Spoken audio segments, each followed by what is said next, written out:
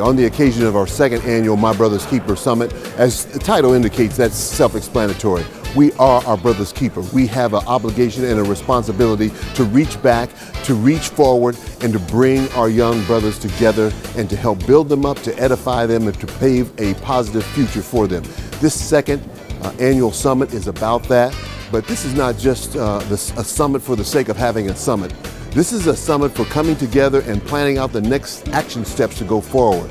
On Monday, I'll be bringing before the board a resolution that will commit this school district to the kinds of things that will reduce the disproportionately high suspensions and expulsions that are happening in our school district. We know they're there, we admit they're there. We're going to do the kinds of things to bring restorative practice back to our code of conduct. So two things will happen. A new code of conduct that has restorative practice built into it in terms of not only just dealing with the consequence that some students may make if they make a bad decision, but how do we restore them and bring them back and make sure that they're on the right course for a good career and college readiness experience. Then we're going to have a resolution that says this district is going to reverse a trend of disproportionality. We're going to take the action steps and we're going to hold ourselves accountable by monitoring and measuring how we're doing and come back to the board and the community with progress reports on how we're doing with regard to that. So this summit is about planning the next action steps. It's the one thing to get together and to do a plan and to have a great time, which this summit's about, but the next thing to do is to put those ideas that we come up with at this summit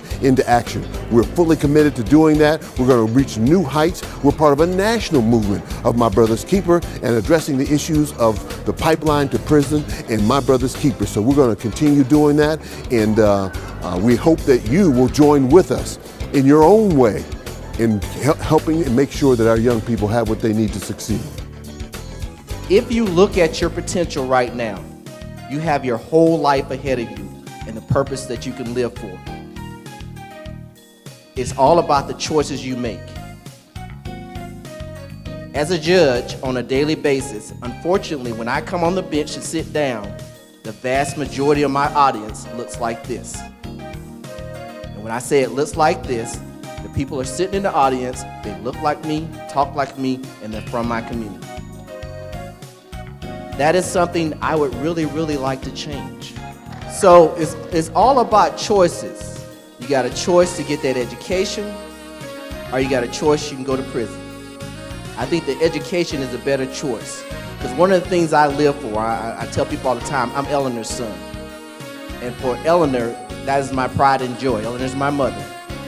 And my pride and joy is to take care of my mother. That's what I live for. Once I found out exactly what I wanted to do, I seen it every single day.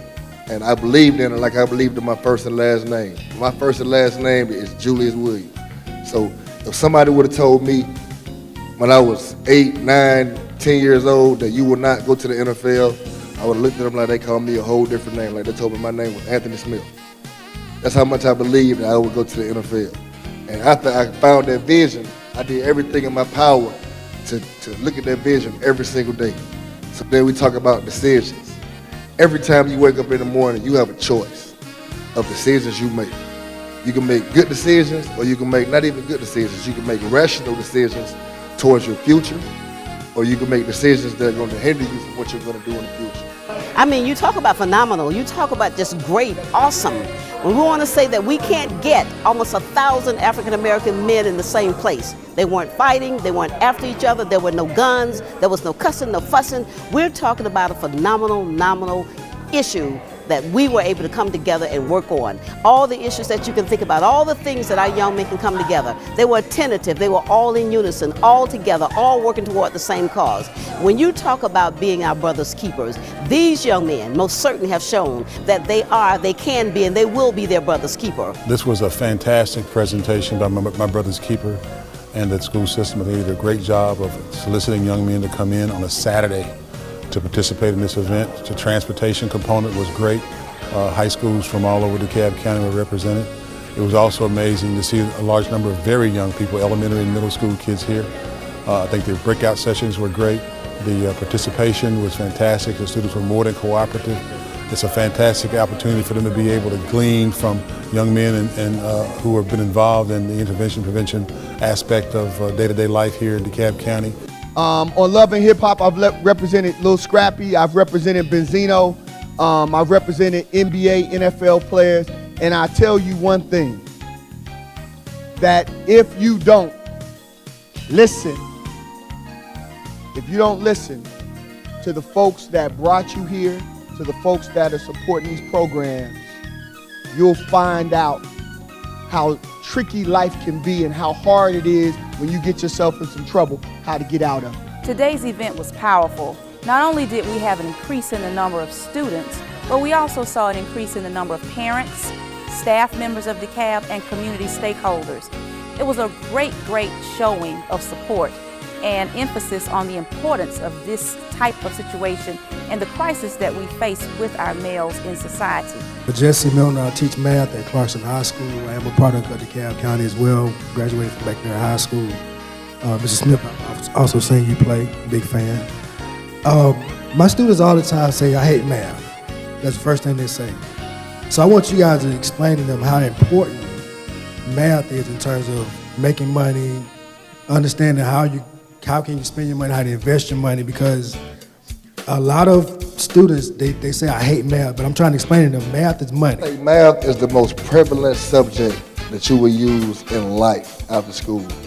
Like, language arts is cool, but if you want to make money, trust me, like Anthony just said, if you're not a good math person, then you're probably not going to want to count your own money if you make a lot of money.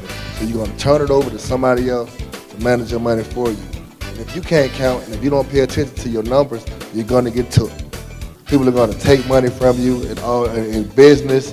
If you're an athlete, you go to the NFL or NBA, your financial advisor is going to take money from you. Because when you're not a math person, people know it. And when people manage your money and you're not a hands-on person and you can't count and you don't know how to manage money, they're going to know it. And they're going to be licking their chops. They're going to be very excited that they met you because they know you got this one person who's not interested in math, so I'm going to take him for as much money as I can get from him. And so if you look at some of it, I'm gonna ask you all to Google a couple things, right? Because I'm not gonna spend a whole bunch of time with it, but I want you to pull up the code of thug life. The code of thug life.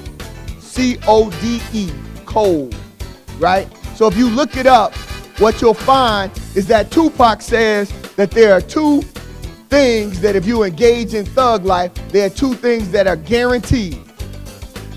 Tell me what one of them is, brother. What you think one of them is? Death, and what's the other one? Jail, right? But I know some of y'all are saying, man, Pac, he was tripping. You're like, that's only if you get caught, right? So let me give you an example. You with me, bro? You with me? You gonna talk to them or let me talk to you? All right, thank you. So, here's what happened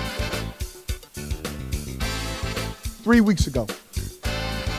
There was a group of guys running through, kicking doors, jumping through these drive-through windows and robbing folks.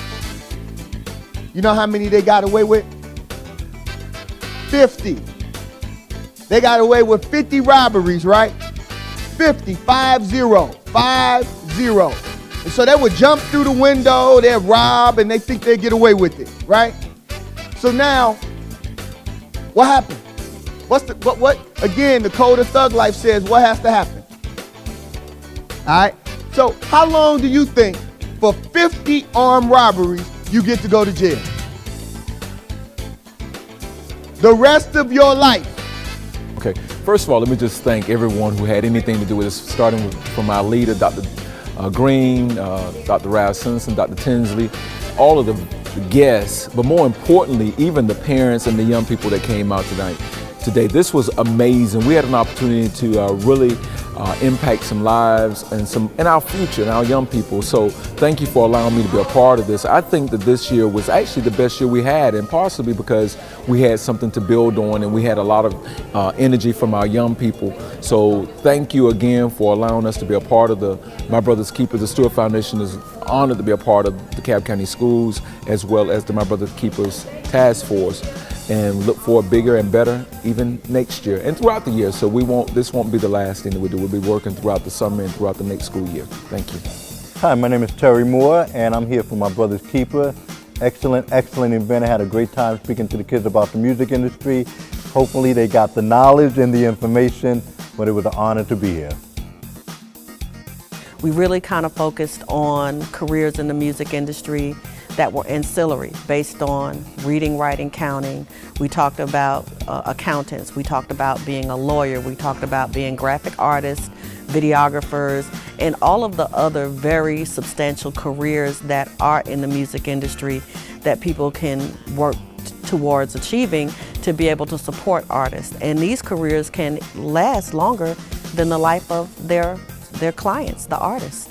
So we focused on those to be able to let children know that they don't necessarily always have to be the rapper or the singer or the musician or the beat maker or producer. You can have a very long-standing career in the music industry using basic fundamental skills. It takes self-discipline. It takes want to. Getting up every day. Going out, working out. Like Coach said, not just dreaming all day, doing it. I want to make it to the league. Guess what? I'm gonna go outside and put in the work that I need to put in to get there. Put in that extra work. Be a reliable person. Consistency, respect. Tie it all in. Make it all one. Right now, we have in America over 2 million individuals sitting in prison. Half of those individuals are African Americans. A large percentage of those individuals are African American males. African American males are 6 times more likely to be sentencing harsher than a white person. And I say it right there, a white person, because that's what we use a comparison to. Well, let me tell you a good number. This year, we have 2 million African American males in college.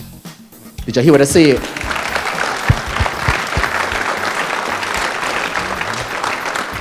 Just first want to just say how ecstatic I am about today's event. The number of males that showed up, the number of adult male sponsors that accompanied them, the charge that we had from our superintendent and board members, that endorsement by itself speaks volumes. But we know and believe we touched some lives today, and we didn't, as we made very clear, this is not an event, this is a campaign.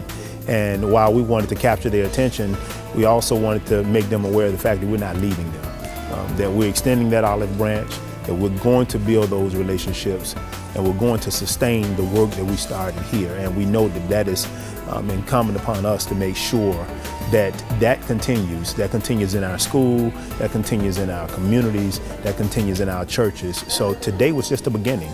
It was just the beginning of what we need to do. The call to action that our president issued years ago with the My Brother's Keeper initiative, we've taken him up on that challenge.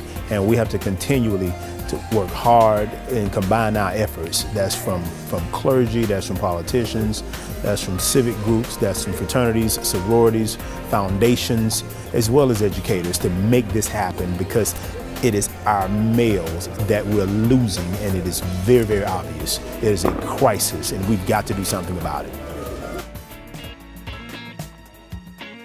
Parent and family engagement are on location here at My Brother's Keepers Summit.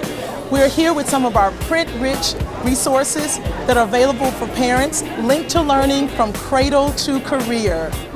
So we put together a great program. We had a great team of people.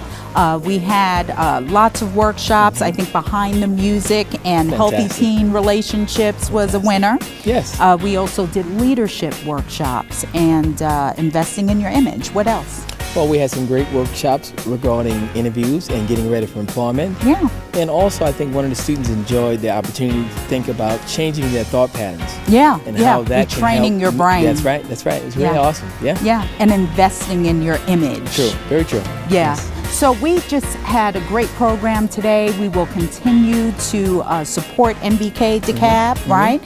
You can follow us on Twitter at DeKalb Schools, and also on Facebook, DeKalb County School District, and Instagram at DeKalb Schools. Very true.